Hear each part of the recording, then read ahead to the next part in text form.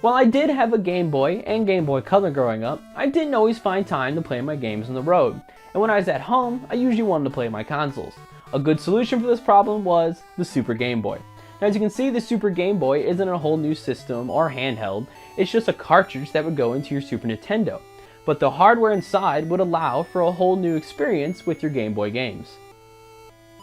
Like I said, the Super Game Boy is just basically an expansion cartridge, but it does have the original Game Boy hardware built in.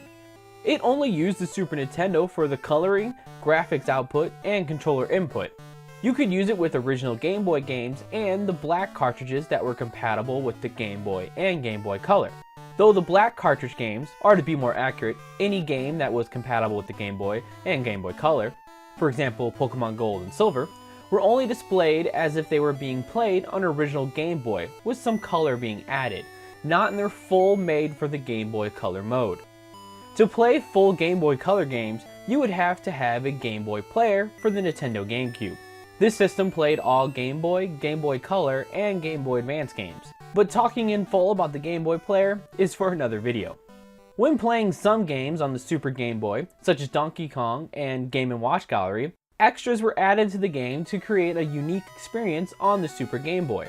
Some of these games included new music, different borders, or a unique gameplay like allowing 2 players with no need for 2 Game Boys and a link cable. Game & Watch Gallery actually included 2 unique borders depending on if you were playing the modern version of the games or decided to play the classic. There's a good amount of options with the Super Game Boy to use on your games.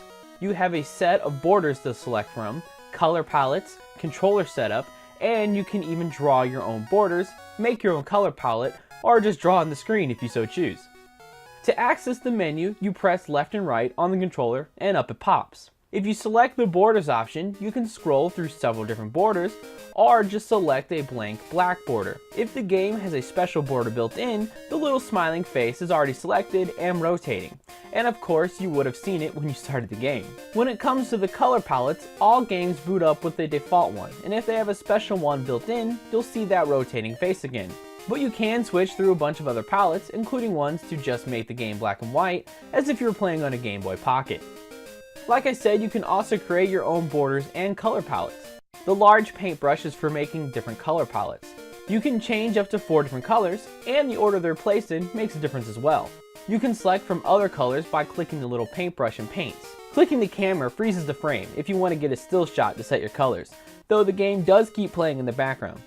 Of course, you can reset your changes by clicking the eraser. Up top, you'll notice the password system. This is for using your custom palette next time you play the game, or for entering some codes that were released by Nintendo for Nintendo Power subscribers back in the day. The last menu item, represented by a sketch of a poorly drawn face, is for drawing your own borders, or even for drawing on the playing area. This one is really just for kicks, and kind of pointless unless you want to goof around with your game screen. One cool thing though, is that if you have an SNES mouse from Mario Paint, you can plug it into controller port 2 and use that to draw. The Super Game Boy is a cool little retro accessory. It does what it's supposed to do, does it well, and adds a little extra flavor. Best of all, it can be found pretty easily and really cheap. I got mine at a retail store for just a little over $4. There was a follow-up in Japan called the Super Game Boy 2 that added a couple improvements, but it still couldn't play Game Boy Color games. So for the import prices, it's probably not worth it. If you're a fan of Super Nintendo or Game Boy, you really need one of these. That's it for this sold separately, and as always, I'll see you next time.